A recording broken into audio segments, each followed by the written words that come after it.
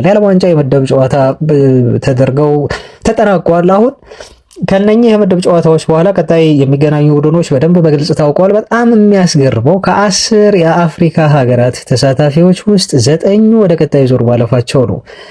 ቱኒዚያ ብቸኛዋ ከአፍሪካን ወክላ ሄዳ ግን ወደ ቀጣይ ዙር ማለፍ ያልቻለች ሀገር ሆናለች እና ግን በቀጣይ እነኚህ የአፍሪካ ሀገራት የሚገጥሟቸው ቡድኖች ደግሞ በጣም ከባባድ ይሆናሉ። በቀላሉ የሚያልፏቸው ጨዋታዎች አይደሉም እና ቀጣይ ፈተናቸው ከፊታቸው ያሉ ጨዋታዎች የጥሎ ማለፍ ጨዋታዎች ይመስላሉ። ስለ ዓለም ዋንጫው እናወራለን። ከዚህ የዓለም ዋንጫ ወሬያችን ጋር በተያያዘ ደግሞ ስለ ጋናዊው ጠንቋይ እናነሳለን። እንደው ለጊዜውም ቢሆን የተሳኩለትን አንዳንድ ነገሮች ሰውየው ተናግሮ ሆኖለታል። ቀጣይ ትንቢቱ እንግዲህ ከአርጀንቲና በኬፕ ቨርዴ ተሸንፋ ትወርቃለች፣ ሜሲ ጎል አያስቆጥርም ብሏል። ረግመዋለሁ እሱ የሚለው ያው በዚህ ነገር እናምናለን አይደለም፣ ግን እንደ መዝናኛ ያህል ሰውዬው የተናገረውን ነገር እንደው በጣም ስለፈመሰና ብዙ ቦታ ላይ ብዙ የእንግሊዝ ሚዲያዎችም ፒርስ ሞርጋን ሁሉ ሳይቀር ቃለመጠይቅ ስላደረግለት እናንሳው በሚል ነው። ግን ይህን ሰውዬ ዛሬ የምናነሳው ደግሞ ስለ ዩናይትድ በቀጣይ ሲዝን ትንበያ መስጠቱ ነው። ዩናይትድ በፕሪሚየር ሊጉ ምን አይነት እጣ ፋንታ ይዞ ያጠናቀቃል ለሚለው የተናገረውን ነገር ይሄ ጋራዊ ጠንቋይ የምንነግራቸው ይሆናል እንደ መዝናኛ ያህል። ከዝውውር ጋር በተያያዘ በነገራችሁ ላይ በጣም ጥሩ ዜና ተሰምቷል። ትላንት ዛሬ ወደ ካሪንግተን የሚመጣ ተጫዋች አለ። የሕክምና ምርመራ ለማድረግ ነው ካሪንግተን የሚደርሰው። ይሄ ልጅ ዛሬ ምናልባት ይህን ዜና እየሰራንላችሁ ባለበት ሰዓት ከወኪሉ ጋር ከዩናይትድ የሳውዝ አሜሪካ መልማይ ጋር አብሮ ወደ ካሪንግተን በሮ እንግሊዝ መጥቶ ሕክምና ምርመራውን በዩናይትድ ቤት ያደርጋል። የዚህ ተጫዋች ዝውውር በቀጣዮቹ ጥቂት ቀናት ውስጥ ይፋ ይሆናል፣ እንነግራችኋለን። በኦናና ዝውውር ላይ አንዳንድ ያረዳድ ስህተቶች አሉ። ተጫዋቹ የደሞዙን ማን ነው የሚሸፍነው? ዩናይትድ እስከዚህ ተጫዋች ዝውውር እንደው የውሰት ክፍያ አግኝቷል ወይ ለሚለው አንዳንድ ቤተሰቦች ኮሜንት ላይ ጥያቄዎችን ስላነሳችሁ ወይንም ደግሞ የተሳሳተ የሚመስል አስተያየት ስለሰጣችሁ ስለዚህ ተጫዋች ዝውውር ዛሬ ያለውን እውነታ ደሞዙን በተመለከተ እንዲሁም ዩናይትድ ስለሚያገኘው ተጨማሪ ገንዘብ የምነግራችሁ ነው የሚሆነው። ብዙዎቻችሁ ዩናይትድ ደሞዙን ሸፍነው የሚልክ ስለመሰላችሁ ቺዶ ኦቢ ወደ ጀርመን ሊያመራ ነው ተብሏል። ለአንድ የቡንደስሊጋ አዳጊ ክለብ ሊጫወት እንደሆነ ነው እየተገለጸ የሚገኘው። ዜናውን በዝርዝር የምንመለከተው ይሆናል። በዓለም ዋንጫ ላይ ሁለት ተጫዋቾችን የዩናይትድ መልማዮች በጣም በቅርበት እየተከታተሉ ነው ተብሎ ተገልጿል። እነዚህ ሁለት ተጫዋቾች ማናቸው? እስከ መጨረሻው አብራችሁን ስትቆዩ ትሰማላችሁ። የዛሬው ትልቁ ዜናችን በጣም አስደሳችሁ ነገር ግን የዩናይትድ ማቲያስ ፈርናንዴዝን ለማስፈረም አሁን ከቶተንሃም ፊት ተቀምጧል። ያ ሁሉ ጫጫታ፣ ያ ሁሉ ግርግር፣ ቶተንሃሞች ዝውውሩን ሊያጠናቅቁት ነው ከዩናይትድ ቀደሙ የተባለው ነገር በሙሉ በተጫዋቹ ጉልበት ቤተሰቦቻችን አስብሩበት። በማቲያስ ፈርናንዴዝ ለዩናይትድ ለመጫወት ባለው ፍላጎት ምክንያት የቶተንሃም ዝውውር ሳይቀላጠፍ ቀርቷል። ቶተንሃም በሁሉም መስፈርት የተሻለ ነገር አቅርቧል ከዩናይትድ በደሞዝ በሉት አጠቃላይ በተጫዋቹ የዝውውር ፓኬጅ በሉት ለዌስትሃም በጣም የሚያመች የገንዘብ አከፋፈል ስትራክቸር ይዞ በሁሉም ነገር ዩናይትድን በልጦ ቢመጣም ግን ማቲያስ ፈርናንዴዝ ዩናይትድ ካልሆነ ወደ ቶተንሃም አልሄድም። የዩናይትድን ነገር ሳላይ የዩናይትድን አቅርቦት የዩናይትድን ጥረት የዩናይትድን እስከ መጨረሻው ለማግኘት የሚያደርጉትን መስዋዕትነት የሚከፍሉልኝን ነገር ሳላይ የዩናይትድን ጉዳይ ሳልጨርስ በዩናይትድ ተስፋ ሳልቆርጥ ወደ ቶተንሃም አልሄድም ብሎ ተጫዋቹ ወስኗል። ቶተንሃም 85 ሚሊዮን ፓውንድ ለተጫዋቹ ዝውውር ለመክፈል ፈቃደኛ የሆኑ ቢሆንም እሱ ግን ወይ ፍንክች ዩናይትድ ይመጣል እጠብቃለሁ እያለ ይገኛል። በጣም የሚያስደስት ዜና እነግራችኋለሁ። 5 ምክንያቶች አሉ ማቲያስ ፈርናንዴዝ ወደ ማንቸስተር ዩናይትድ ሊመጣ እንደሚችል በጣም ከሚታመኑ የዜና ምንጮች እየጠቀስኩ ስማቸውን ዜናቸውንም እየነገርኳችሁ ስለዚህ ዝውውር ጉዳይ አወራችኋለሁ። ብቻ እናንተ የተለመደ ፍቅራችሁ አይለኝ ቤተሰቦች ላይክ አድርጉ። ለእናንተ ቀላል በጣም የሰከንድ ስራ ነው። አድማጮቻችን ምስጋናም ነው ሳንጠይቃችሁ የምታደርጉ በጣም የተወደዳችሁ ቤተሰቦች ያላችሁ እናንተን ከልብ ነው ማመሰግነው። አብራችሁኝ ሁኑ። መልካም ቆይታ። አንድ ተጫዋች ወደ ማንቸስተር ዩናይትድ ነገ እንደሚመጣ ተነገረ። ወደ ማንቸስተር ከተማ መጥቶ የሕክምና ምርመራውን ያደርግና በይፋ ኮንትራቱ ላይ ይፈርማል ተብሏል። አሁን የዚህ ተጫዋች ዝውውር የዩናይትድ የሚረጋገጥበት ሳምንት እንደሆነ ይሄ ወር ከማለቁ በፊት ተነግሯል። ተጫዋቹን ዩናይትዶች ያስፈረሙት በ1 ሚሊዮን የአሜሪካ ዶላር ነው። በእንግሊዝ ደግሞ በ750 ሺህ ፓውንድ የፈረመ ተጫዋች ነው። ከፎርት ዜላ ከሚባል ክለብ ነው ያመጡት። ተጫዋቹ ኮሎምቢያዊ ሲሆን 17 ዓመቱ ነው። ግን ደግሞ በጁን 2026 ላይ ተጫዋቹ በ18 ዓመት ይሞላዋል ማለት ነው። ይሄ ወር ከመጠናቀቁ በፊት ዛሬ ቀኑ 27 ነው፣ ነገ 28 ነው። ነገና ከነገ በስቲያ ተጫዋቹ የሕክምና ምርመራውን አድርጎ በካሪንግተን ካጠናቀቀ በኋላ በይፋ ኮንትራቱን ይፈርማል። ምክንያቱም በቀጣዮቹ ጥቂት ቀናት ውስጥ ተጫዋቹ 18 ዓመት ስለሚሞላው ማለት ነው እና ዩናይትድ ይሄን ልጅ ለማስፈረም የተስማማው ባለፈው ጥር የዝውውር መስኮት ላይ ነው። ሁላችሁም እንደሰማችሁት ተጫዋቹ ወደ ማንቸስተር ዩናይትድ ሁሉ መጥቶ በካሪንግተን የሆነ ጨዋታ ላይ እንዲገኝ በኦልትራፎርድ ጨዋታ እንዲመለከት እንዲሁ በክለቡ ተጋብዞ ታድሞ የህጋዊ የሆኑ ጉዳዮችን በአጠቃላይ ጨርሶ ነው የሄደው እና ተጫዋቹ አሁን የሚያደርገው ነገር በይፋ ኮንትራቱ ላይ ፊርማውን ማኖር ብቻ ነው። ምክንያቱም 18 ዓመት እስኪሞላው ማንቸስተር ዩናይትድ እዛው ፎርት ዜላ እየተጫወተ እንዲቆይ አድርጎታል። ቅድመ ስምምነቱን ቀደም ብሎ ዩናይትድ ቢጨርስም ወኪሉ አብሮት ይመጣል ተብሏል። ከወኪሉ ውጪ ደግሞ የዩናይትድ በተለይ ሳውዝ አሜሪካ መልማይ የሆነው የጁሴፔ አንቶናሲዮም አብሮት ይመጣል ተብሎ ነው የተነገረው ማለት ነው። እንግዲህ እሱ ነው በቀዳሚነት ይህን ተጫዋች በመመልመል ክሪስቶፈር ቪቨል የሚመራው ዩናይትድ መልማዮች ቡድን ደግሞ በብቃቱ አምኖበት የአማካይ ክፍሉን ዝውውር ለማጠናቀቅ ዩናይትድ የመጨረሻ ሕክምናና ይፋ ማድረግ ብቻ የቀረው ይሄ ታዳጊ ተጫዋች ከአዲሱ ካሴዶ በሚል ይሞካሻል። በነገራችሁ ላይ ቼልሲዎች ካሴዶን በ115 ሚሊዮን ፓውንድ ነው ያስፈረሙት። ከካሴዶ ጋር ግን ይሄ ንጽጽር የቀረበበት ልጁ አንደኛ ፊዚካሊው በጣም ጠንካራ ስለሆነ ነው ምስሉ ላይ እንደምታዩት። እንዲሁም ዩቲዩብ ላይ ቪዲዮውን መመልከት ትችላላችሁ ቤተሰቦች። በጣም ፊዚካሊ ጠንካራ የሆነ ተጫዋች ነው ከእድሜው በላይ። ዲፌንሲቭ አዌርነሱ ይደነቃል። አጫወቱ በአጠቃላይ ከሞይሰስ ካሴዶ ጋር ተመሳሳይ ስለሆነ ነው። ኢቨን ፊዚካሊቲ ተጫዋቹ ከካሴዶ ይበልጥ ተጫዋቹ ፊዚካል መሆኑም እንዲሁ በተፈጥሮ የሚታይ ልጅ ነው። ብዙ ማደግ የሚችል ልጅ ነው ማለት ነው። በጣም አግሬሲቭ ነው። ታይፒካል የሆነ የ6 ቁጥር ተጫዋች ነው ልጁ። ራሱን ደግሞ በትልቅ ደረጃ በመጫወት እንዲሁ ማስመስከር የቻለ ነው። ለፎርት ዜላ ዋናው ቡድን ገና በ17 ዓመቱ መጫወት የቻለ ልጅ ነው እና ዩናይትድ ያገኘው ምናልባት በቀጣዮቹ 2-3-4 ዓመታት ሙሉ ፓኬጅ ያለው የዲፌንሲቭ ሚድፊልድ ተጫዋች እንደሆነ ነው በርካቶች የተመለከቱት እየገለጹ ያሉት።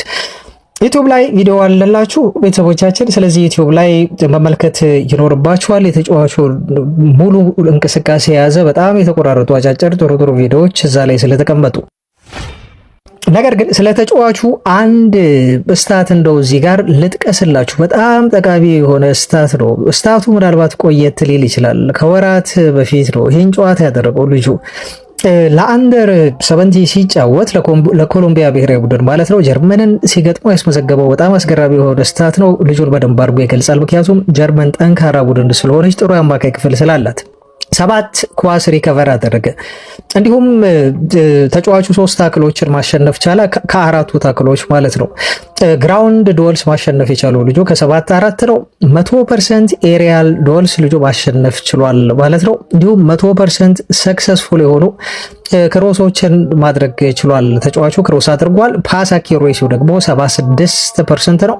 2 ክሊራንስም ማድረግ ችሏል እና ልጁ የሚያድግ ትልቅ ፖቴንሻል ያለው ተጫዋች ነው። ኦልትራፎርድ የሚደርሰው ካስታወሳችሁ ሞይሰስ ካሴዶ የዩናይትድ ንብረት መሆን ይችል ነበር። በወቅቱ ዩናይትድ አሰልጣኝ የነበረው የቀድሞ ዩናይትድ ሌጀንድ ተጫዋች ኦሌ ጉናር ሶልሻየር ካሴዶን በ6 ሚሊዮን ፓውንድ ሂሳብ በሚጠጋ ገንዘብ እንዲያስፈርሙት ጥቆማ ሰጥቶ ነበር። ግን ዩናይትድ በወቅቱ የነበሩት ባለስልጣናት እንዲሁም ክለቡ አዋቅሮት የነበረው መልማዮች ቡድን ተጫዋቹ ላይ እምነት ስላልነበረው ልጁን ብራይተኖች ከዩናይትድ መንጥፈው ወሰዱት ማለት ነው። እና አሁን ካሴዶ ያለበትን ሁኔታ ሁላችሁም የምታውቁት ነው። በጣም የሚያስቆጭ ነው። ዩናይትድ ተቃርቦ የነበረውን ተጫዋች በወቅቱ አጥቶታል። ግን አሁን በኦሬስኮ ዝውውር ምክንያት ይሄን ነገር ዩናይትዶች ክሰውታል ተብሎ ተገልጿል። የተጫዋቹ እድገት በዩናይትድ ቡድን ውስጥ ወደፊት የሚታይ ይሆናል። በዋናው ቡድን ውስጥ እንደው ትልቅ ሚና ትልቅ ቦታ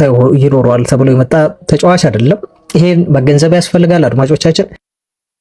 ነገር ግን ተጫዋቹ ከማንቸስተር ዩናይትድ ታዳጊ ቡድኖች ጋር በተለይ ከአንደር 21 ጋር ብዙ ጊዜውን ያሳልፋል ተብሎ ነው የሚጠበቀው። ለመጎልበትና የእንግሊዝ ፕሪሚየር ሊግን አጫወት የእንግሊዝ ቡድኖችን አጫወት እንዲሁ እንዲላመድ በታች ባለው ዩናይትድ ቡድን ሁለተኛው ቡድን ያሳልፋል ተብሎ ይጠበቃል። በቀጣዮቹ ጥቂት ዓመታት ግን በጣም በአጭር ጊዜ ውስጥ የዩናይትድን ዋናው ቡድን ይቀላቀላል እና ዋናውን ቡድን ያገለግላል ተብሎ የሚጠበቅ ተጫዋች ነው።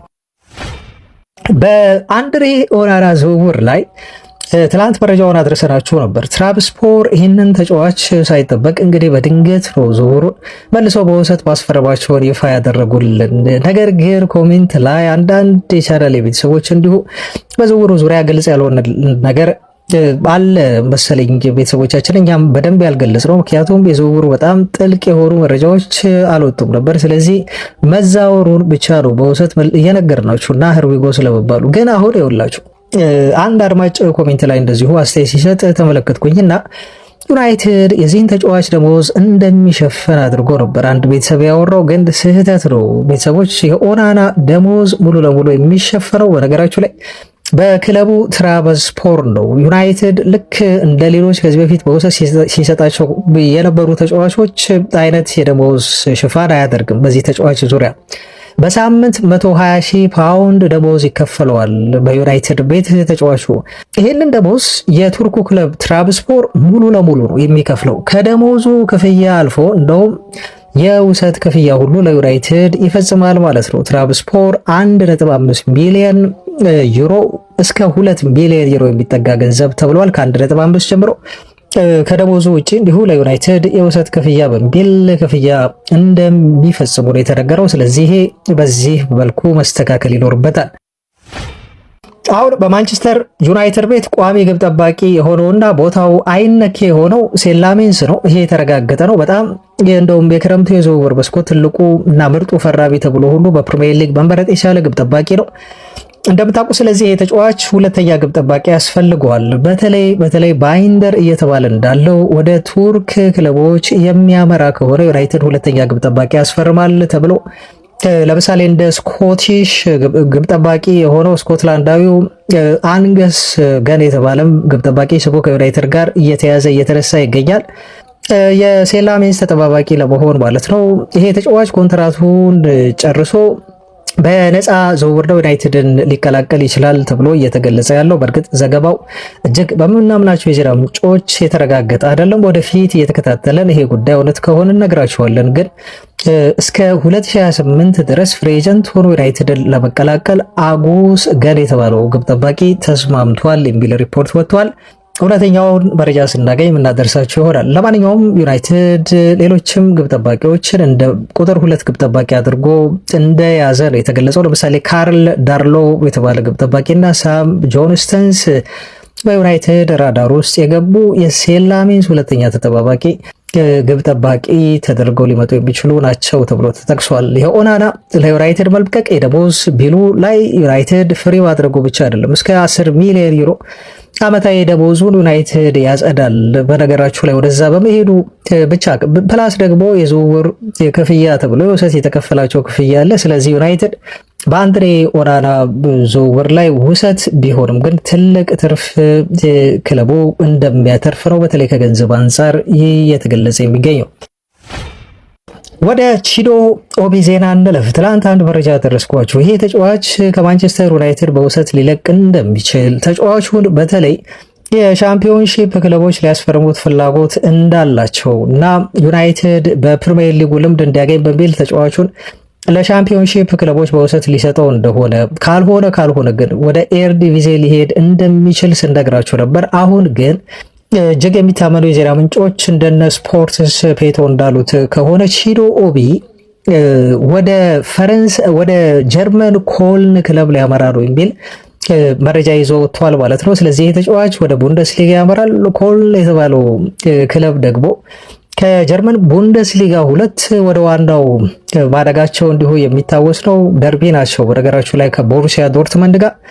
ስለዚህ ቺዶን ኦቢ በቀጣይ ሲዝን ላይ ለቡንደስሊጋው ክለብ ኮል እየተጫወተ ልናገኘው እንችላለን ማለት ነው። በውሰት ወደዛ እንደሚሄድ የሚታመኑ የዜና ምንጮች እየገለጹልን ነው የሚገኙት። ስለዚህ ከታዳጊ ተጫዋቾቻችን ጠንክረው እየሰሩ ያሉ በክለቡ በውሰት የማይሰጡ ተጫዋቾች ዩናይትድ አሁንም ቢሆን በፕሪሲዝን የሚያካትታቸው ተጫዋቾች እንዲሁ ታዳጊዎች አሉት ማለት ነው። ቺዶ ኦቢ በውሰት ቢለቅም ግን ለምሳሌ እነ ሼሌሲ አሁንም በፕሪሲዝን ይካተታሉ። ጠንክረው እየሰሩ እንደሆነ ምስሎችን ሁሉ እየፖሰቱልን ይገኛሉ። ጄጄ ገብርኤልን ሁኔታ እንደምታውቁት ጠንክሮ እየሰራ ነው። ከዛ ውጪ ደግሞ ጂምት ዌትስ የተባለ አሚር ኢብራጊሞቭ የተባለም ተጫዋች ከዛ ውጪ ከውሰት የተመለሰው ሃሪ አማስ ሁሉ ሳይቀሩ እጅግ ጠንክረው እየሰሩ እንደሆነ ነው በሚለቁት ምስል መመልከት የቻልነው። ከቀጣይ ፕሪ ሲዝን በፊት አሰልጣኙን ለማሳመን በክለቡ ለመቆየት ከፍተኛ ጥረት የሚያደርጉ ተጫዋቾች ናቸው ማለት ነው። ሜሰን ማውንት ሁሉ አልቀረም። ተጫዋቹ ጠንክሮ እየሰራ እንደሆነ የሚያሳዩ ፎቶዎችን፣ ቪዲዮዎችን ለቋል። ዘርኪዚም ቢሆን ጠንክሮ እየሰራ እንደሆነ ነው ከሚለቃቸው ፎቶዎች መመልከት የምንችለው። የዩናይትድ ተጫዋቾች እንግዲህ በቀጣይ ወር ጁላይ 9 ላይ ሪፖርት እንዲያደርጉ ይጠበቃል። ይሄ ማለት አድማጮቻችን ቢያንስ ከ12 ወይ 13 ቀናት በኋላ ወደ ካሪንግተን ተመልሰው የፕሪሲዝን ዝግጅታቸውን ይከውናሉ ማለት ነው። የማንቸስተር ዩናይትድ ክለብ በዓለም ዋንጫው ላይ በጣም ቁልፍ ያሏቸውን መልማዮቻቸውን ልከው ጨዋታዎችን እየተከታተሉ ነው ተብሎም ተገልጿል።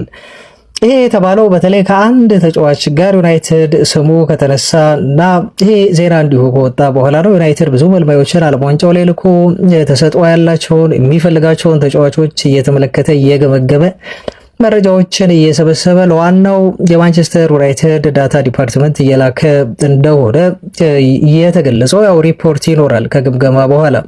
ሁለት ተጫዋቾችን በተለይ እየተከታተለ ነው ዓለም ዋንጫ ላይ። ለምሳሌ አንዱ ትላንት የተመለከቱት ጨዋታ ነው ተብሏል። ኬፕ ቨርዴ ጨዋታ ስታደርግ ተመልክተውታል። ማክስ አራሆ ተብሎ የሚጠራውን ተጫዋች ተብሎም ተገልጿል። ይሄ ተጫዋች እንግዲህ ኡራጓይና ኬፕ ቨርዴ 2-2 ባጠናቀቁበት ጨዋታ ዕለት ነው እንዲከታተለው መልማያቸውን የላኩት ነው የተባለው። በእርግጥ የትላንት ጨዋታ አይደለም አድማጮቻችን፣ ከሳውዲ አረቢያ ጋር ነው ኬፕ ቨርዴ ትላንት የተጫወተችው። ስለዚህ ከዛ በፊት በነበረው በኬፕ ቨርዴ ሁለተኛ ጨዋታ ላይ ከኡራጓይ ጋር ሲጫወቱ ነው ማለት ነው የዩናይትድ መልማይ ስቴዲየም ድረስ ተገኝቶ የማክሲ አራሆን እንቅስቃሴ የተከታተለውና መልማዩ በተጫዋቹ የግራ መከላከል መስመር እንቅስቃሴ በጣም ተማርኮ እንደዚሁ ጥሩ ሪፖርት ይዞ ተመልሷል ተብሎ ተገልጿል።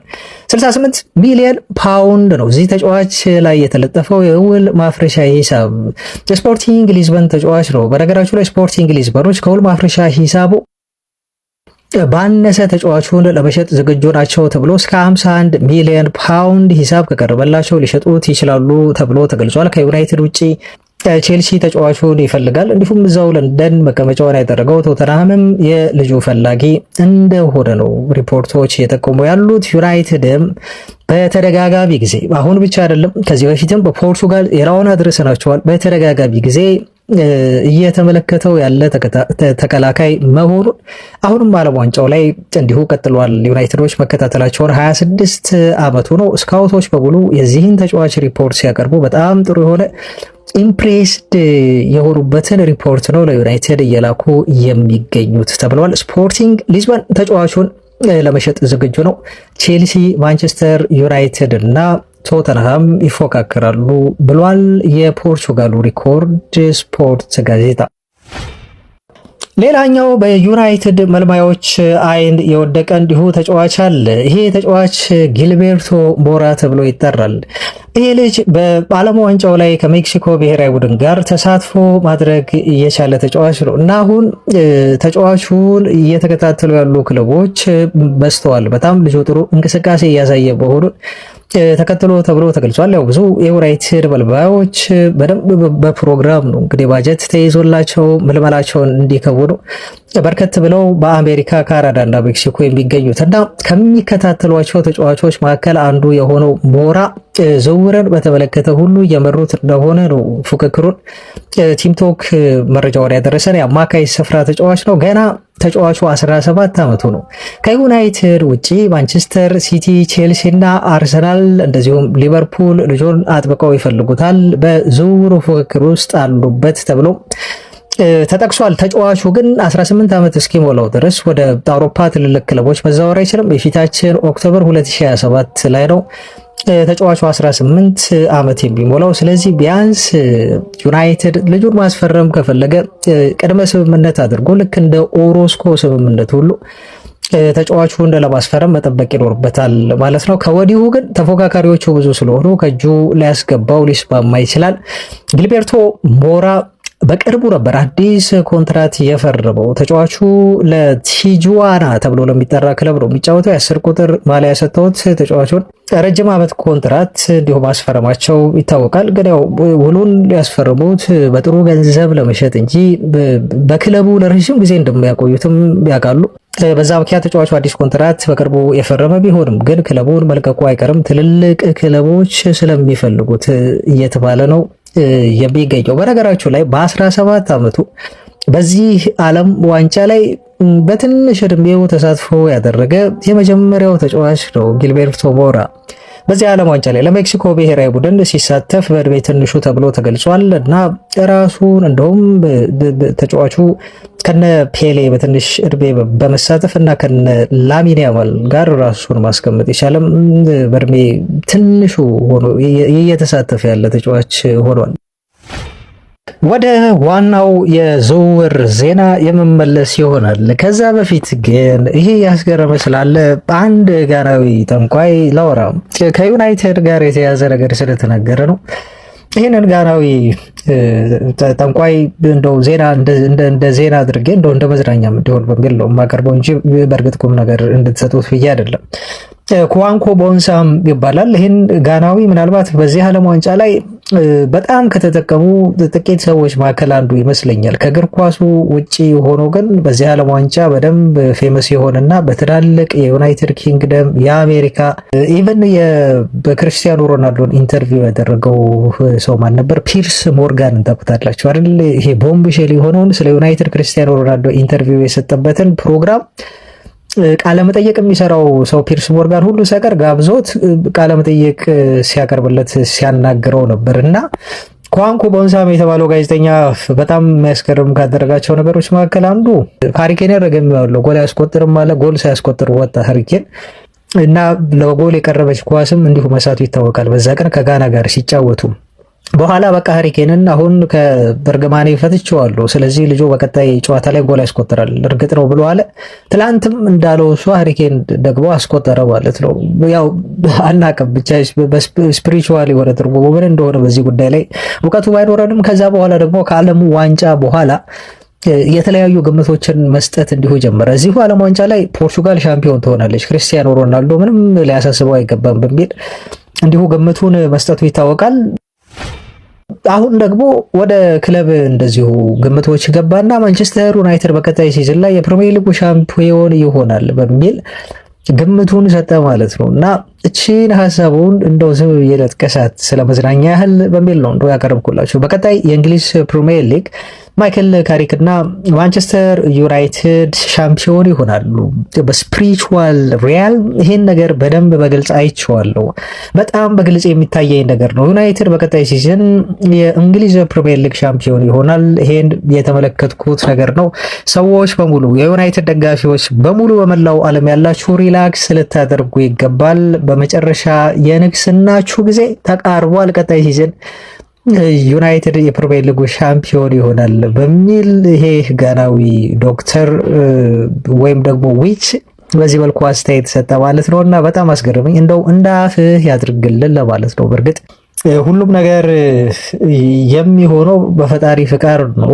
ግን ደግሞ እሱ እንዲህ ከተናገረ ይሁንልን ነው የምንለው። ሌላ ምንም ማለት አንችልም። ትንሽ ስላዝናናኝ ነው በኋላ ላይ ከተናገራቸው ንግግሮች መካከል ደግሞ ቀጣይ የምረግመው ተጫዋች ሊዮኔል ሜሲ ነው ማለቱ ግን አስገርሞኛል። በነገራችሁ ላይ የሜሲና የኬፕ ቨርዴ መገናኘት አሁን እርግጥ ሆኗል። በቀጣይ ዓለም ዋንጫ ጨዋታ ኬፕ ቨርዴ አፍሪካዊት ሀገሬ ናትና ኬፕ ቨርዴ ላይ ሜሲ ጎል አታስቆጥርም ከዚህ በኋላ የኬፕ ቨርዴ ጨዋታ ላይ ብታስቆጠርበት ጨዋታ አይደለም። ስለዚህ ኬፕ ቨርዴ አርጀንቲናን ትጠላለች በዓለም ዋንጫ ላይ ሲል ግምት አይደለም። በእርግጥ ይሄ ጥንቆላውን በዚህ መልኩ ሰጥቷል ማለት ነው። ለማንኛውም ቁም ነገር አንስተውም፣ ግን እንደ መዝናኛ እየተሳካለት የሚሄድ ከሆነ ይበልጥ እየተወራለት የሚሄድ ይመስለኛል እና ከእግር ኳስ ንክኪ ውጪ በዚህ ዓለም ዋንጫ ላይ በጣም የፈመሰ ጠንቋይ ሆኗል። ይህ ጋናዊ ጠንቋይ ክዋንኩ ቦንሳም ተብሎ ይጠራል። በቅጽል ስሙ በነገራችሁ ላይ ዘ ዴቪልስ ኦፍ ዌንስዴይ ያለ ነው ራሱን የሚጠራው፣ ወይንም ስሙ በጋና ቋንቋ ሲተረጎም የረቡ ሴጣን ተብሎ ነው የሚተረጎመው ማለት ነው። እና ስለ ክርስቲያኖ ሮናልዶ ጥሩ አስተያየት መስጠቱ፣ ስለ ማንቸስተር ዩናይትድ ቀጣይ ሲዝን የፕሪሚየር ሊግ ሻምፒዮን ይሆናል ማለቱ በራሱ እና ቅጽል ስሙን ደግሞ ዘ ዴቪልስ ኦፍ ዌንስዴይ የሚል ከሆነ ይሄ ሰው እንግዲህ ዩናይትድ ደጋፊ ነው ማለት ነው ብዬ ነው እኔ እንደወስድ የተገደድኩት። ለማንኛውም እንደብዝረኛል ይህን ጉዳይ ያቀረብኩላችሁ። ስለ አፍሪካ ዋንጫው እንደው በዚሁ ላውራና ስለ ዝውውር ጉዳዮቻችን በተለይ ማቲያስ ፈርናንዴዝ ጉዳይ እናልፋለን። አፍሪካ በዚህ ዓለም ዋንጫ ላይ አልተቻለችም። 10 ሀገራትን አሳትፋ 9 ሀገራት አልፈዋል። እድሜ ለጥሩ ሶስተኛ ምስጋና ይግባና ብቸኛው ያልተሳካላት ሀገር ቱኒዚያ ሆና ጓዟን ጠቅላላ ወደ አፍሪካ ተመልሳለች። ደቡብ አፍሪካ፣ ጋና፣ ኮትዲቫር፣ ኬፕ ቨርዴ፣ ሴኔጋል፣ ግብፅ፣ ሞሮኮ፣ ዲያር ኮንጎ፣ አልጄሪያ ወደ ጥሎ ማለፍ መግባታቸውን ያረጋገጡ ሀገራት ሆኗል ማለት ነው። በተለይ ዛሬ ምሽት 4 ሰዓት ላይ ሌላኛዋ የአፍሪካ ሀገር የመጀመሪያ የጥሎ ማለፍ ጨዋታዋን ታደርጋለች። ደቡብ አፍሪካ ከአዘጋጇ ካናዳ ጋር በሎስ አንጀለስ አሜሪካ የሚፋለሙ ይሆናል። ይሄ ከካናዳ ስቴዲየም ውጭ በአሜሪካ የሚደረግ ነው። ስለዚህ ጨዋታ ለደቡብ አፍሪካ ካናዳ በሜዳዋ ሳይሆን ከሜዳ ውጭ በአሜሪካ ሜዳ ላይ የምታደርገው በመሆኑ በጣም ተጠባቂ ነው የሚሆነው ማለት ነው እና በቀጣይ በዚህ አፍሪካ የዓለም ዋንጫ ጨዋታ ላይ የሚገናኙ ሀገራት ተለይተዋል። ለምሳሌ ጀርመን ከፓራጓይ ጋር ይገናኛሉ። ፈረንሳይ ከስዊድን በጣም ትልቅ ጨዋታ ነው። ደቡብ አፍሪካ ዛሬው እንዳልነገርናችሁ ከካናዳ ጋር ጨዋታዋን ታደርጋለች ምሽት 4 ሰዓት ላይ ማለት ነው። ሆላንድ ከሞሮኮ የሚያደርጉት ጨዋታ በጣም ትልቅ ጨዋታ ነው የሚጠበቀው። ክሮኤሺያ እና ፖርቱጋል የሚያደርጉትም ጨዋታ በጣም ትልቅ ጨዋታ ነው ይጠበቃል። ስፔን ከኦስትሪያ ጋር ይገናኛሉ። ዩኤስኤ ከቦስኒያ፣ ቤልጂየም ከሴኔጋል ጋር ሌላኛው አፍሪካ ሀገር ቤልጂየምን ትገጥማለች። አይ ቲንክ እድል ያላት ይመስለኛል ቤልጂየም ብሔራዊ ቡድን እንደተጠበቀው አይደለም። በዚህ ዓለም ዋንጫ ላይ ብራዚል ከጃፓንም ቀላል ጨዋታ አይደለም። ጃፓን በጣም ከባድ ቲም ነው። ብራዚልም ብራዚል ነች። አይቬሪ ኮስት ኖርዌይን ታገኛለች። ከባድ ፊክስቸር ይመስላል። ይህም አይቬሪ ኮስት የተለየ ጥሩ ስራ መስራት ይኖርባታል።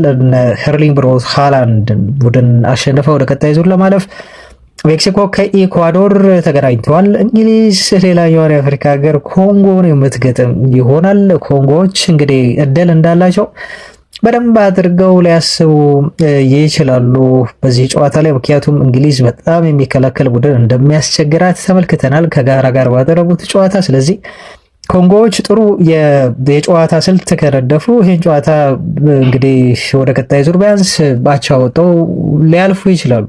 የኳስ ነገር አይታወቅም፣ ግን እንግሊዝ ግልጽ ተገማች ነች። እርግጥ ነው በዚህ ጉዳይ አርጀንቲና ኬቨርዴን እንዲሁ ትገጥማለች። ያጠንቋይ አርጀንቲና ይወድቃል፣ ኬቨርዴ ታልፋለች ብሎናል። ግን ከባድ ነው እውነታውን ሪያሊቲውን ወረቀት ላይ ስናይ ኦስትሪያ ከኢጅፕት ሌላ በረሃ ግብር ነው። ስዊዘርላንድ ከአልጄሪያ እንዲሁ ሌላኛ አፍሪካ ሀገር የምትጫወትበት ጨዋታ ነው። ኮሎምቢያ ከጋናም ከባድ ጨዋታ ይሆናል ጋናዎች የሚያደርጉት ለማለት ነው። ለማንኛውም እነኝን ይመስላሉ የዓለም ዋንጫ ቀጣይ ጨዋታዎች ወይም መርሃ ግብሮች። ትላንት አርጀንቲና ስታሸንፍ ሊዮኔል ሜሲ ተቀይሮ ገብቶ ቅጣት ምት በጣም በአስደናቂ ሁኔታ ጎል ማስቆጠር ቻለ። ተጫዋቹ እንደውም ቤስት ሆኖ ቢሰለፍ ቋሚ ሆኖ ቢገባ ሃትሪክ ሊሰራ የሚችልበት እድል እንደነበረ ከጨዋታው ላይ መታዘብ ችለናል። ምክንያቱም አርጀንቲናውያን ፔናልቲ አግኝተው አስቆጥሯል። ሊዮኔል ሜሲ መቼ ነበር ቅጣት ምቶችም ነበሩ እንደዚሁ ሜሲ ሊመታቸው የሚችሉ። አሁን የትላንት ጎል ማስቆጠሩን ተከትሎ 6ኛ ጎል ሆናለች ለሊዮኔል ሜሲ። ከፍተኛ ጎል አስቆጣሪ ሆኗል። በዓለም ዋንጫው ኦስማን ዴምቤሌ፣ ኬላን ምባፔ፣ ኤርሊንግ ሃላንድ እና ቪኒሺየስ ጁኒየር እኩል 4 ጎል አስቆጥረው ሁለተኛ ደረጃ ላይ ሲቀመጡ 3 ጎል ያስቆጠሩ ግን በርካታ ተጫዋቾች ይገኛሉ። ሜሲ የዓለም ዋንጫው ኮከብ ጎል አግቢነቱን በመምራት ላይ ይገኛል። የኬፕ ቬርዴው ቮዚኒያ ግን በኢንስታግራም የተከታዮቹ ብዛት አሁን ከ16.8 ሚሊዮን በላይ አልፈዋል።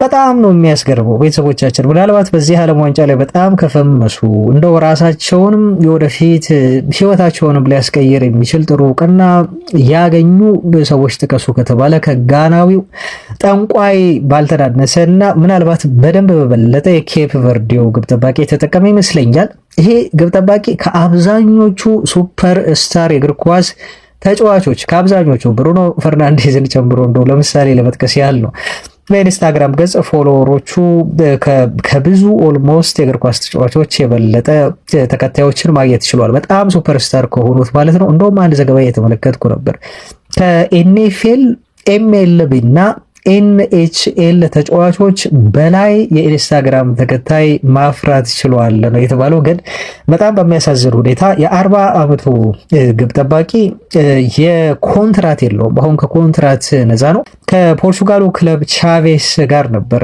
ሲሰራ የነበረው። ግን ቻቬስ ጋር ያለው ውል በመጠናቀቁ ምክንያት አሁን ፍሪ ኤጀንት ሆኗል። ስለዚህ ኮንትራቴ ስላለቀ አሁን ለየትኛውም አዲስ ፈተና ዝግጁ ነኝ ሲል ተናግሯል።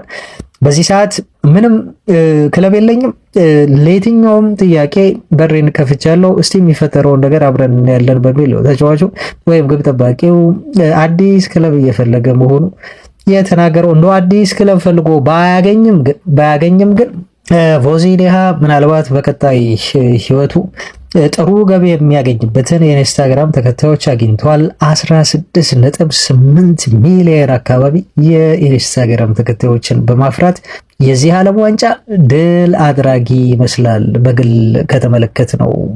አድማጮች ዜናዎቻችን እንደቀጠሉ ናቸው፣ ይቀጥላሉ። አሁን በቀጣይ የምናልፈው እጅግ በጣም የሚያስደስት ዜና ነው ያስኩላችሁ። በተለይ ስለ ማቲያስ ፈርናንዴዝ ዝውውርን በተመለከተ ምን አዲስ ነገር አለ ለምትሉን በጣም ሰፊ የተብራራ አዲስ ነገር ራይት ነው ያንን የሚያስደስት መረጃ ይዘንላችኋል። ቪዲዮውን ላይክ እያደረጋችሁ አሁንም አብራችሁን እንድትቆዩ ነው የምንጠይቀው። መልካም ቆይታ። ዩናይትዳውያን በጣም የሚያስደስት ዜና አሁን ልንገራችሁ። በማቲያስ ፈርናንዴዝ ዝውውር ዙሪያ ነው በጣም አስደሳችሁ ዜና የወጣው። ይህን ዜና እየሰራሁላችሁ ባለበት ሰዓት ደስ የሚሉ ጥሩ የሆኑ ፖዚቲቭ የሆኑ ዜናዎች ወጡና እነዚህ ዜናዎች ምንድን ናቸው፣ ከየትኛውስ የዜና ምንጭ ነው የወጣው የሚለውን አሁን ሂደት በሂደት የምነግራችሁ ነው የሚሆነው ማለት ነው። እና አሁን የቁርጥ ቀኑ የደረሰ ይመስላል። በጣም ወሳኙ ቀን ደርሷል። ማቲያስ ፈርናንዴዝ ወደ የትኛው ክለብ ነው የሚያመራው የሚለው በጣም በቅርቡ ይለይለታል። ምናልባት ይህን ዜና እየሰራን እናንተም እየሰማችሁ ባለበት በየትኛውም ሰዓት ተጫዋቹ ቀጣይ የሚያርፍበት ክለብ ሊታወቅ የሚችልበት እድል አለ ማለት ነው። ኢንዲፔንደንት የተባለ የእንግሊዝ ጋዜጣ አለ። እንደው በታማኝነት ከተነሳ ጥሩ ከሚታመኑ እንደ ዘ አትሌቲክ ባይሆንም ከሚታመኑ ጋዜጣዎች መካከል አንዱ ነው። ኢንዲፔንደንት ጋዜጣ ትላንት እንደዚህ ሲል ዘግበው ነበረ። ዩናይትዶች ከቶተንሃም ይህን ተጫዋች ለማስፈረም የገጠማቸው ፈተና 3 ነው ሲል የገለጸው። አንደኛ የፈርናንዴዝን ደሞዝ ከፍ ማድረግ ይኖርባቸዋል። ምክንያቱም ቶተንሃሞች ለተጫዋቹ ያቀረቡለት ደሞዝ እና ዩናይትዶች ያቀረቡለት ደሞዝ አንድ ስላልሆነ፣ ከዛ ውጪ ደግሞ ለዌስትሃም ዩናይትድ የሚከፍሉት ገንዘብም እንዲሁ መስተካከል አለበት ብለው በሁለተኛ ደረጃ ይሄን አስቀምጡ። ከዛ በኋላ ደግሞ አጠቃላይ ፋይናንሻል ፓኬጁን ዩናይትድ ማሻሻል አለበት ተብሎም ተገለጸ። ይሄ ማለት የሚከፍሉት ገንዘብ ብቻ ሳይሆን ስትራክቸርንም ይጨምራል፣ ወይ ደግሞ የወኪሎች ክፍያም ሊሆን ይችላል። የወኪል ክፍያም ጊዜም አይቀርም ይበዛ ወይ ያንስ ይሆናል እንጂ ማለት ነው። ይሄ ኢንዲፔንደንት ጋዜጣ ያወጣው ዜና ነው። አሁን ይሄን እንደ መሰረታዊ ነገር አድርጋችሁ ውሰዱት። ዩናይትድ ዝውውሩን ከቶተንሃም ለመንጠቅ ግዴታ ማድረግ አለበት ብሎ ነው ኢንዲፔንደንት ጋዜጣ ይዞ የወጣው። ታዲያ አስደሳችሁ ዜና ምንድነው ካላችሁኝ፣ ከዚህ በኋላ የምነግራችሁ ተከታታይ ዜናዎች ናቸው። አንደኛው ማቲ ሞሬቶ የተባለ አንድ ጣሊያናዊ ጋዜጠኛ አለ። ይህን ጣሊያናዊ ጋዜጠኛ ከዚህ በፊት ደጋግመን እንደው የምንገልጸው የምናጣቅሰው አይነት ጋዜጠኛ አይደለም። ግን ደግሞ ማቲያስ ፈርናንዴዝን በተመለከተ አይ ቲንክ ከሌሎችም ጋዜጠኞች ቀድሞ መረጃ የሚያገኝ ሰው ሆኖ አግኝቼዋለሁ። ለኔ ነው ብላችሁ ኢቨን እነ ፋብሪዞ ሮማኖ እነ ቤን ጃኮብስ ከማውራታቸው በፊት ይህን ተጫዋች ዝውውር በተመለከተ ብሬክ ያደረገው ይሄ ሰው ነው። ከዛ በኋላ ነው ሁሉም የተቀባበሉት ዜናውን። እውነት ለመናገር ቤተሰቦች እንደውም ካስታወሳችሁ የዛኔ ዜናውን ሳደረሳችሁ የፋብሪዞ ሮማኖንም እንዴት እንዳደገ እዚህ ደረጃ ላይ እንደደረሰ በተለይ በጣም ታማኝ የዝውውር ጋዜጠኛ እንዴት እንደሆነ ከብሩኖ ፈርናንዴዝ ጋር ምሳሌ ሁሉ እያነሳው ብሩኖ ነው ህይወቴን የቀየረው ብሎ ሲያወራ ነግሬያችሁ ነበር። ከዛ ዲማርዚዮንም ጠቀስኩላችሁ። ጣሊያናዊ ጋዜጠኞች ስለሆኑ ነው። አሁን ዲማርዚዮ በጣም ትልቅ ጣሊያን ውስጥ የሚታመር ጋዜጠኛ ነው። አሁን ከነሱ በታች ያለ ጋዜጠኛ ነው ይሄ ጋዜጠኛ። አሁን ግን በአንዳንድ ተጫዋቾች ላይ አንዳንድ ጋዜጠኞች በጣም ስፔሻል የሆነ ሶርስ አላቸው ይመስለኛል እና ማቴዎ ሞሬቶም ለዛ ይመስለኛል የማቲያስ ፈርናንዴዝን ከቶተንሃም ጋር መስማማት። ከዛ በኋላ ሁሉም ሚዲያዎች ነው የተቀባበሉት። ቶተንሃም ልጁን ለማስፈረም ከፊት እንደቀደመ በቃ ልጁን ከዩናይትድ ቶተንሃም ሊቀማ እንደሆነ የተሻለ ገንዘብ እንዳቀረበ ተጫዋቹ ከቶተንሃም ጋር እንደተስማማ እሱ ቀድሞ ከዘገበው በኋላ ነው ሁሉም ብሬክ ያደረጉት። ግን እኔ ያልተስማማኝ ያንዴ ስነግራችሁ ከዜናው መካከል ይሄ እውነት ሊሆን ይችላል። ግን ይሄ ያልጣመኝ ነገር ተጫዋቹ ወደ ቶተንሃም ለማምራት እንዲሁም መርጧል እና ለቶተንሃም እያደላ ነው ብሎ ያለው ነገርችን መረጃ አልቀበላትም። ነገር ግን ሌላው ነገር እውነት ሊሆን ይችላል ያኔ ስነግራችሁ ነበር። እሺ አሁን ደግሞ ምን ብሎ አወራ ብላችሁ ካላችሁ ከደቂቃዎች በፊት ዩናይትድ እዚህ ተጫዋች ዝውውር ላይ ተመልሷል አለ። ስለዚህ ከየትኛውም ጋዜጠኛ በላይ ይሄን ጋዜጠኛ አሁን ማመን ይኖርብናል። ማንቸስተር ዩናይትድ ቶተንሃም የተሻለ ሂሳብ በማቅረቡ ምክንያት ከዚህ ተጫዋች ዝውውር እየሸሸ ራሱን እያገለለ ነበር። አሁን ግን ዩናይትዶች አቅርቦታቸውን አሻሽለው ተመለሱ ብሎ ነው ያለን። እሱ ዜናውን ሲሰራ በባለፉት ጥቂት ሰዓታት የማንቸስተር ዩናይትድ ሰዎች ከተጫዋቹ ወኪል ጆርጌ ሜንዴዝ ጋር መልሰው ንግግር ማድረግ ጀመሩ፣ ወይንም መልሰው መደራደር ጀመሩ እና አሁን በዩናይትድ ቤት ፍላጎት አለ። ይሄ ፍላጎት ለተጫዋቹ የተሻለ የኮንትራት ሁኔታ ማቅረብ የተሻለ ማለት ከቶተንሃም የተሻለ ማለት ነው። እዚህ ጋር አስብሩበት ቤተሰቦቻችን። ወይም ደግሞ ቀደም ብለው አቅርበውት ከነበረው የተሻለ ማለት ነው። ኔሴሰርሊ ከቶተንሃም የተሻለ ማለት ላይሆን ይችላል፣ ከቶተንሃምም ሊያንስ ይችላል። ምክንያቱም የመጨረሻ ወሳኙ እዚህ ጋር አሁን ተጫዋቹ ሊሆን የሚችልበት እድል በጣም ሰፊ ስለሆነ ማለት ነው። ስለዚህ ለተጫዋቹ ደሞዝ አቅርበውት የነበረውን መጀመሪያ አሻሽሎት መጥተዋል። የተሻለ ኮንትራት በዩናይትድ በኩል ቀርቦለታል ተጫዋቹ ብሏል። ስለዚህ ማንቸስተር ዩናይትድ ቀጥተኛ የሆነ ንግግር ከዌስትሃም ዩናይትድ ጋር በድጋሚ አድርገዋል። ፍሬሽ የሆነ ቀጥተኛ ንግግር አድርገዋል። ቶተንሃሞች አሁንም ቢሆን ፉክክር ውስጥ ናቸው። ለተጫዋቹ በተለይ በባለፉት ጥቂት ቀናት ከዩናይትድ ቀድሞ ዝውውሩን ለማጠናቀቅ ፕሬስ አድርገዋል፣ ገፍተው ሄደው ነበር። ነገር ግን ዩናይትድ አሁን ከቶተንሃም ፊት ለመሆን በዚህ ተጫዋች ዝውውር ላይ እየሰሩ ይገኛሉ። መልሰው እዚህ ልጅ ፉክክር ውስጥ ቶተንሃምን ለመብለጥ መጥተዋል ብሏል። ይሄ የማቴዎ ሞሬቶ ዜና ነው። ስለዚህ ይሄ ዜና እውነትነት ያለው ስለመሆኑ አንጠራጠርም። ይሄ አንዱ ትልቁ ደስ የሚል ዜና ነው። ሁለተኛውን ዜና ልንገራችሁ። ፖኬ የተባለ አንድ ትዊተር ገጽ አለ። ይሄ ትዊተር ገጽ የትልቅ ሚዲያ ትዊተር ገጽ አይደለም። ይሄ ተባራሪ የምንላቸው የትዊተር መረጃን የሚሰጡ አሉ። በተለይ መቀመጫውን ለንደን ያደረገ ነው። ለንደን ላይ ተቀምጦ ግን በጣም የሚታመኑ መረጃዎችን በተለይ ስለ ቶተንሃም ስለ ለንደን ክለቦች የሚያቀርብ የዜና ምንጭ ነው። እሱ ደግሞ ምን አለመሰላችሁ፣ ሪፖርቶች እንደሚሉት ቶተንሃሞች ይህን ተጫዋች ለማስፈረም ተስማምተዋል መባሉ እና ተጫዋች ወደ ቶተንሃም ሊያመራ ነው መባሉ ሐሰት ነው ሲል ነው የገለጸው። ምንም አይነት በዚህ ስቴጅ ደረጃ ምንም አይነት ስምምነት ከቶተንሃም ጋር አልተደረገም። ምንም አይነት አድቫንስድ የሆነ የዝውውር ስቴጅ ላይ ነው ብለን የምንናገረው አይደለም። ቶተንሃም እና ዌስትሃም ዩናይትድ ለማቲያስ ፈርናንዴዝ ዝውውር በእርግጥ አውርተዋል። ነገር ግን በዚህ ሰዓት ዝውውሩ ሊጠናቀቅ ተቃርበዋል የሚባልበት ደረጃ አይደለም ሲል ነው ፖኬ የተባለ የትዊተር ገጽ ይሄን ዝውውር በተመለከተ በዚህ መልኩ የተናገረው ማለት ነው። ይሄ ሁለተኛ ማስረጃ ነው ቤተሰቦች። በጣም በጣም በጣም ጥሩ ዜና ነው ለዩናይትድ። አናቅም ምናልባት ቶተንሃሞች እኮ ፍላጎት ሊኖራቸው ይችላል። በእርግጠኝነት ፍላጎት አላቸው። ግን ደግሞ ሚዲያዎችና ጆርጌ ሜንዴዝ ደግሞ አንዳንድ የሚያጮሁት ከፍለው ደግሞ እንዲወራም ቢያደርጉትና ቶተንሃም እንዳሸነፈ ተደርጎ በጣም እንደተቃረበ ዩናይትድን እንደቀደመ ተደርጎ ሊወራ የሚችልበት እድል ደግሞ እንዳለ ማመን ይኖርባቸዋል። ይህንን ነገር ጠርጥረናል ቀደም ብለንም ለማለት ነው ቤተሰቦቻችን። አሁን ሙሉ ለሙሉ ቶተንሃም አይፈልገውም እዚህ ፉክክር ውስጥ የለበትም ብዬ ግን ማለት አይደለም። ይሄን አስምሩበት። ስካይ ስፖርት ይሄን እንደል የሆንኩት ስካይ ስፖርት ለተጫዋቹ ዝውውር 85 ሚሊዮን ፓውንድ ሁሉ ለመክፈል ቶተንሃሞች ፈቃደኛ ናቸው። እስከ ፊክስዱ መሰለኝ አይ ቲንክ ፈቃደኛ ናቸው ይሄን ሜት ለማድረግ ብሎም ዘግቦልን ነበር። ይሄን ነገር ደግሞ አትርሱ።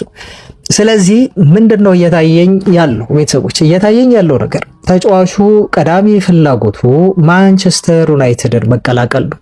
ቀዳሚ ፍላጎቱ ቶተንሃምን መቀላቀል ቢሆን ኖሮ ኦልሬዲ ተጫዋቹ የቶተንሃም ንብረት እስካሁን ድረስ ይሆን ነበር። ይሄን አስምሩበት። ለምንድን ነው ይሄን ያልኩት? ምክንያቱም አንደኛ ቅድም የነገርኳችሁ ጣሊያናዊ ጋዜጠኛ ሞሬቶ ያወራውን ነገር ልብ ብላችሁ ስሙ። ተጫዋቹ ከዩናይትድ የተሻለ ደሞዝ ቀርቦለታል። የተሻለ ፓኬጅ ቶተንሃም እንዲሁ አቅርቧል። 85 ሚሊዮን ፓውንድ ለመክፈል ለዌስትሃም ዩናይትድ የተሻለ ደሞዝ ለልጁም ሰጥቶታል። ስለዚህ ዝውውሩን የሚያጓትተው ወይንም እስካሁን ድረስ እንዳይፈጸም ያደረገው ምክንያት ምንድን ነው ታዲያ?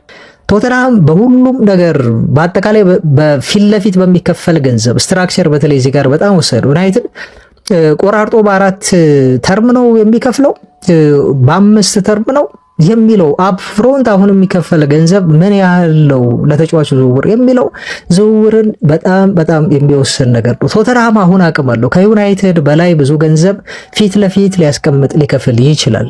ልክ የኢሊየት አንደርሰን ዝውውርን ለማጠናቀቅ ማንቸስተር ሲቲዎች ፊት ለፊት የከፈሉትን የገንዘብ መጠን ታውቃላችሁ፣ 116 ሚሊዮን ፓውንድ። ክለቦች ይሄን ይወዱታል፣ ምክንያቱም ይሄ ሙሉ ገንዘብ ኪሳቸው ነው የሚገባው። ስለዚህ ይሄ ገንዘብ በአሞርታይዜሽን ስላልሆነ የሚከፈላቸው እና በ3 እና በ4 ተቆራርጦ የሚሰጣቸው ገንዘብ ስላልሆነ አሁን ኪሳቸው የሚገባን ገንዘብ ክለቦች አብልጠው ይወዱታል፣ አጠቃላይ ከዝውውር ፓኬጅ ይልቅ። ለዛ ነው 130 ተብሎ የነበረው የኢሊየት አንደርሰን ዝውውር ከኖቲንግሃም ፎረስት ወደ ማንቸስተር ሲቲ 130 አይደለም። የተጫዋቹ ዝውውር ቀደም ብሎ ሲቲ ያቀረበው 121 ሚሊዮን ፓውንድ። እንዴት 121 ሚሊዮን ፓውንድ አቅርበው ውድቅ ተደርጎባቸው በኋላ ላይ እንዴት 116 አቅርበው ደግሞ ተቀበሏቸው ትሉናላችሁ የሚል ጥያቄ የእግር ኳስ ቤተሰቡ በሰፊው ሲያነሳ ነበር። አያችሁ ገንዘቡ ይበልጣል እኮ የመጀመሪያው። ግን ሁለተኛው በምንድን ነው ይበልጠው? በቀጥታ የሚከፍሉት ነው። ያለ አዶንስ የሚከፈል ገንዘብ ነው። እሱንም ሙሉ ገንዘብ ይሰጣሉ ነው የተባሉ ቤተሰቦቻችን። ሙሉ ገንዘብ አላውቅም፣ ምናልባት ወይ በሁለት ሊቆርጡት ይችላሉ። ብዙ ጊዜ እንደዚህ አይነት ዝውውር ግን የሚከፈለው በ4 ተርም ነው፣ በ2 ዓመት ምናምን ማለት ነው፣ በየ6 ወሩ። ሲቲዎች ግን ከፎረስት ጋር ሲስማሙ የዝውውሩን አብላጫ ገንዘብ አላቅም፣ ምናልባት ወደፊት ዲቴል ስንሰማ ነግራቸው ይሆናል። ወይ ሙሉ ገንዘብ ፊት ለፊት ከፍለው በካሽ የወሰዱት ዝውውር ስለሆነ መጀመሪያ ቀርበው ከነበረው 121 ሚሊዮን ፓውንድ ተጫዋቹ በ116 ተዛወረ ማለት ነው። ወደ ማቲያስ ፈርናንዴዝ ዝውውርም ስንመጣ ለዌስትሃም ዩናይትድ በጣም አመቺ የሚሆነው እንደዚህ አይነት የዝውውር ስትራክቸር ነው። በዚህ ረገድ ቶተንሃም ከማንቸስተር ዩናይትድ ፍጹም የተሻለ ነው። ይሄን ማመን መቻል መቀበል አለብን አድማጮቻችን። ዩናይትድ ልክ ኢንዲፔንደንት ጋዜጣ መጀመሪያ ላይ እንደገለጽኩላችሁ እንዳለው ማሻሻል ያለበት እንደኚህ ጉዳዮች ነው። ደሞዙን አንድ ማሻሻል አለበት። ምክንያቱም ተጫዋቹ እዛ ቶተንሃም 200,000 ፓውንድ እየከፈለው ደግሞ ሻምፒዮንስ ሊግ ስንገባ 50 እንጨምርልሃለን 250,000 ፓውንድ እያሉት ዩናይትድ እዚህ ጋር ለልጁ 75,000 ፓውንድ ሊያቀርብ አይችልም።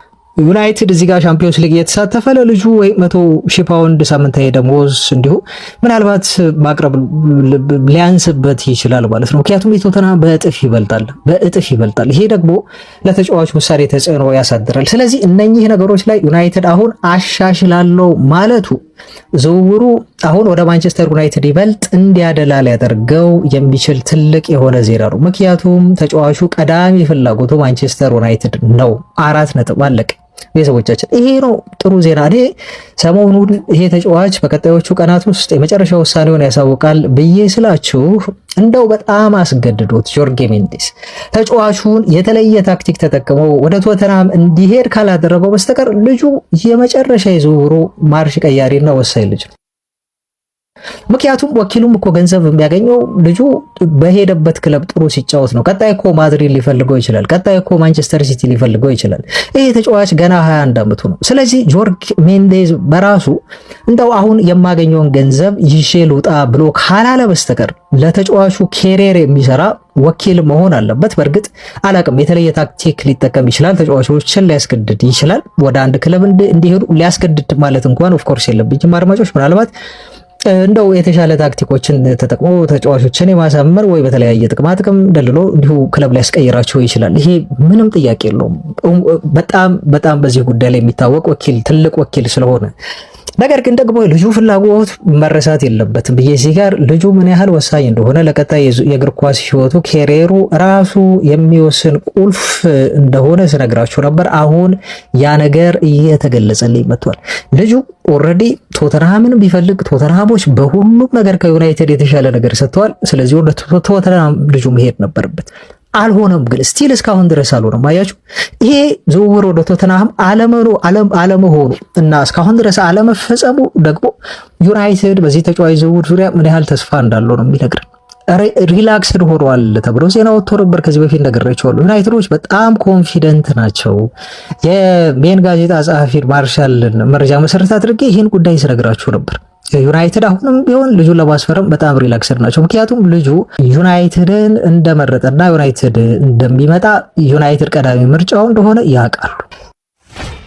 ነገር ግን እርግጠኛ ያልሆኑት ምን ላይ ነው? ልጁ ከሌሎች ክለቦች ይልቅ ማንቸስተር ዩናይትድን ነው የምፈልገው የሚል ማረጋገጫ ለነሱ ቢሰጣቸው በድፍረት ልክ የቤንጃሚን ሼሽኮን ጉዳይ አንስተናል። ቤንጃሚን ሼሽኮ እንዳደረገው ወደ ማንቸስተር ዩናይትድ ብቻ ነው ማምራት የምፈልገው፣ ቶተንሃምን አልፈልግም፣ ወደዛ የመሄድ ፍላጎት የለኝም ብሎ በድፍረት የራሱን ዝውውር የራሱን ዕጣ ፈንታ ለመወሰን ልጁ ፑሽ ማድረግ ይፈልጋል አይፈልግም የሚለው ግን በጣም ወሳኝ ነው ብለን እኛም ስንነግራችሁ ነበር። አይ ቲንክ አሁን እዛ ስቴጅ ላይ ደረሰን ይመስለኛል። ተጫዋቹም እዛ ስቴጅ ላይ ደረሰ ይመስለኛል። በቀጣዮቹ ቀናት ላይ ዩናይትድ የሚያሻሽሉ ከሆነ ምክንያቱም ዌስትሃም ዩናይትድ እዚህ ጋር 65 አቅርቦ ወይ ደግሞ 70 ሚሊዮን ፓውንድ አቅርቦ እዛ ጋር ደግሞ ቶተንሃም 85 ሚሊዮን ፓውንድ አቅርቦ በቃ ይሄው ዩናይትድ አቅርቦላቸዋል 65 ወይ 70 አቅርቦላቸዋል ልቀቁኝ ብሎ ሊላቸው አይችልም። አያችሁ፣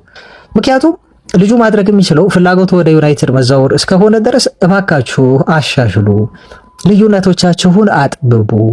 ምክንያቱም ቶተንሃሞች ያቀረቡ 85 ስለሆነ ቶተንሃም 85 አቅርቦ እናንተ 65 ብታቀርቡ ዝውውሩ አስቸጋሪ ነው፣ አይሆንም። ምክንያቱም ጋፑ በጣም ሰፋ 20 ሚሊዮን ፓውንድ ጋፕ ነው። ስለዚህ እናንተም ተጠጉ እስከ ወይ 70 አድርጉት ወይ 75 አድርጉት። ዝውውሩን አፕ ፍሮንት የምትከፍሉት ፊት ለፊት የሚከፈለውን ገንዘብ ከፍ አድርጋችሁ ነው አሻሽሉት። ደሞዜንም ደግሞ እነሱ ያቀረቡት እንደዚህ ነው። እናንተም ደግሞ ደሞዜን አሻሽሉ። በወኪሉ አማካኝነት አሁን የሚያደርጉት ትልቁ ነገር ይሄንን ነው ማለት ነው። ማቲያስ ፈርናንዴዝ ማድረግ የሚችለው ይሄንን ነው እንጂ ዌስትሃምን ሽጡኝ በቃ ዩናይትድ ስላቀረበ ወደ ዩናይትድ ነው መሄድ የምፈልገው ብሎ 65 ዩናይትድ ስላቀረበ ብቻ ልጁን ልቀቁኝ ብሎ ጉራ ከረዩ ማለት አይችልም። ዌስትሃም ዩናይትዶች ላይ ያያችሁ ማድረግ የሚችለው ይሄንን ነው። እና አሁን የሰማነው ዜና ታዲያ ይህንን በደንብ አድርጎ የሚያረጋግጥልን ነው። ሞሬቶ የተባለው ጋዜጠኛ ሲነግረን ዩናይትድ በፊት ካቀረቡት ፓኬጅ ለዝውውር ገንዘብ፣ ለተጫዋቹ ደሞዝ አሁን ለማሻሻል ፈቃደኛ ናቸው። ይሲ ለካ ልጁ ፍላጎቱ ውስጡ ዩናይትድ ስለሆነ የቶተንሃምን ጥያቄ ልጁ ኮንትራት አቅርቦታቸውን ደሞዛቸውን እሺ አሜን ብሎ ቢይዘውም ግን ውስጡ ያለው እንደው ዩናይትድ ነውና ልጁ የዩናይትድ ዝውውሩን አሁን ለማረጋገጥ በጣም ፈቃደኛ ሬዲ የሆነ ይመስላል። ለዛም ነው ለዩናይትድ እድል የሰጠው እንጂ ይሄ ዝውውር ቀድሞውኑ ወደ ቶተንሃም አልቆ ነበር የሚለው በዚህ ተጫዋች ዙሪያ ተስፋ እንዳደርግ ያደረገኝ ነገር ነው ማለት ነው። ሶስተኛ አንዱ አስፈላጊ ከሆነ ልጨምርላችሁ፣ ኢንዲካላ የተባለ አንድ የትዊተር አካውንት አለ። ታውቃላችሁ? ይሄ የትዊተር አካውንት ምን አለ? ቀጣዮቹ ቀናት በጣም ወሳኝና ቁልፍ ናቸው። ምክንያቱም የዩናይትድ ሰዎች ከዌስትሃም ሰዎች ጋር ተቀምጠው ፊት ለፊት ተቀምጠው በማቲያስ ፈርናንዴዝ ዝውውር ዙሪያ ቀጥተኛ ድርድር የሚያደርጉበት ነው። ፌስ ቱ ፌስ። እስካሁን ድረስ በስልክ ነው፣ እስካሁን ድረስ ቨርባል ነው። አሁን ግን ለንደን ድረስ ተገኝተው ከዌስትሃም ባለስልጣናት ጋር ፊት ለፊት ድርድር ያደርጋሉ የዩናይትድ ሰዎች በቀጣዮቹ ቀናት ላይ ነው ያለው፣ በተለይ ይሄ ወር ከማለቁ በፊት። ስለዚህ ፈርናንዴዝ ሐሳቡን ፍላጎቱን ለዌስትሃም ሰዎች ግልጽ አድርጓል። የሚፈልገው መጫወት የሚፈልገው ኦልድ ትራፎርድ ላይ ብቻ ነው። ስለዚህ ድርድሩ የሚካሄደው ይሄን መሰረት ያደረገ ነው። ሲያያችሁ ዌስትሃም ዩናይትዶችም ሲደራደሩ ለዩናይትድ ለስለስ የሚሉት በዚህ ምክንያት ነው። ዝውውሩን አስቸጋሪ ሊያደርጉበት አይችሉም። በቃ በግድ አንተ ቶተንሃም የተሻለ ነገር አቅርቦልንና ወደ ቶተንሃም አምራ ብለው ልጁን ደግሞ ሊያስገድዱት አይችሉም። ወኪሉም ቢሆን ልጁን አስገድዶ ፑሽ አድርጎ ወደ ቶተንሃም እንዲያመራ ሊያደርገው አይችልም ያለ ፍላጎቱ ልጁ ለዩናይትድ የመጫወት ፍላጎት እስካለው ድረስ። ስለዚህ እንደ ኢንዲካሊያ ዘገባ ከሆነ አሁን የልጁ የመጨረሻ ማረፊያ የሚታወቁበት ቀናት ከፊታችን ይገኛሉ ብሎም እንዲሁ ገልጾልናል ማለት ነው። ስለዚህ ጆርጅ ሜንዴዝ በቀጣዮቹ ቀናት ላይ መስራት ያለበት የልጁን ህልም እውን ለማድረግ ነው፣ ለዩናይትድ ለመጫወት ስለሆነ የደንበኛውን ፍላጎት ለማሟላት ከዚህ በኋላ ጆርጅ ሜንዴዝ ጠንክሮ እንደሚሰራና ፍላጎቱን እውን እንደሚያደርግለት ይጠበቃል። ይሄ ሱፐር ኤጀንት ከዚህ በኋላ ከዌስትሃም ዩናይትድ ጋርም ጠንከር ያለ ንግግር እንደሚያደርግ፣ ምክንያቱም ልጁ ህልሙ ዩናይትድ እስከሆነ ድረስ ለዩናይትድ መጫወት እስከሚፈልግ ድረስ ወደ ዩናይትድ መልቀቅ አለባችሁ የሚል ማቀራረብ ዩናይትድን ማቀራረብ ዌስትሃም ዩናይትድንም እንዲሁም ማቀራረብና ልጁን ዩናይትድ እንዲፈርም ማድረግ ቀጣይ የዚህ ወኪል ስራና ኃላፊነት ይሆናል ማለት ነው ቤተሰቦቻችንና በጣም ጥሩ ዜና ነው በዚህ ተጫዋች ዝውውር ላይ የሰማ ነው። እንደው በብሬኪንግ በትልቅ ዜናነት የሚወሰድ ነው፣ ግን ምንም የተረጋገጠ አይደለም። እርግጠኛ በዝውውር መሆን አንችልም። ሌላ ጨምርልኝ ካላችሁ እንደውም አምስተኛ መረጃ ጨምርላችሁ። አሁን ቶተንሃሞች ሳንድሮ ቶናሊ ለማስፈረም ከምን ጊዜውም በላይ ፑሽ እያደረጉ ነው ብሎናል ግሬም ቤሌ የተባለው ጋዜጠኛ። ይሄም የሚያሳየኝ ነገር አሁን ከማቲያስ ፈርናንዴዝ ዝውውር ውጪ የሚያዩት ዝውውር ቢሆንም ግን ለዚህ ተጫዋች ዝውውር መልፋታቸውና በደንብ ይሄን ልጅ ለማስፈረም ፑሽ ማድረጋቸው አንደኛ ኮንሰንትሬሽናቸው ይበታተናል። እንደ ዩናይትድ ፎከስ አድርገው ሊደራደሩ አይችልም፣ እርግጥ ነው። ከዛ ውጪ ደግሞ ማቲያስ ፈርናንዴዝ ዩናይትድን ሊመርጥ ይችላል እኛም ብሎ ስላልመጣ የተሻለ ነገር ብናቀርብም፣ ስለዚህ ሌሎች አማራጮችን ማየት ይኖርብናል በሚል እየገፉበት ያለ ዝውውር ይመስለኛል በግሌና 100 ሚሊዮን ዩሮ ዝውውር ገንዘብ ለኒውካስል ዩናይትድ ሊያቀርቡ እንደሆነ በዚህ ተጫዋች ዝውውር ዙሪያ ሰምቻለሁ። ስለዚህ እነኛ 5 ነገሮች በማቲያስ ፈርናንዴዝ ዝውውር ላይ የሰማናቸው በጣም አበረታች ጥሩ ዜና ይመስላል ማለት ነው።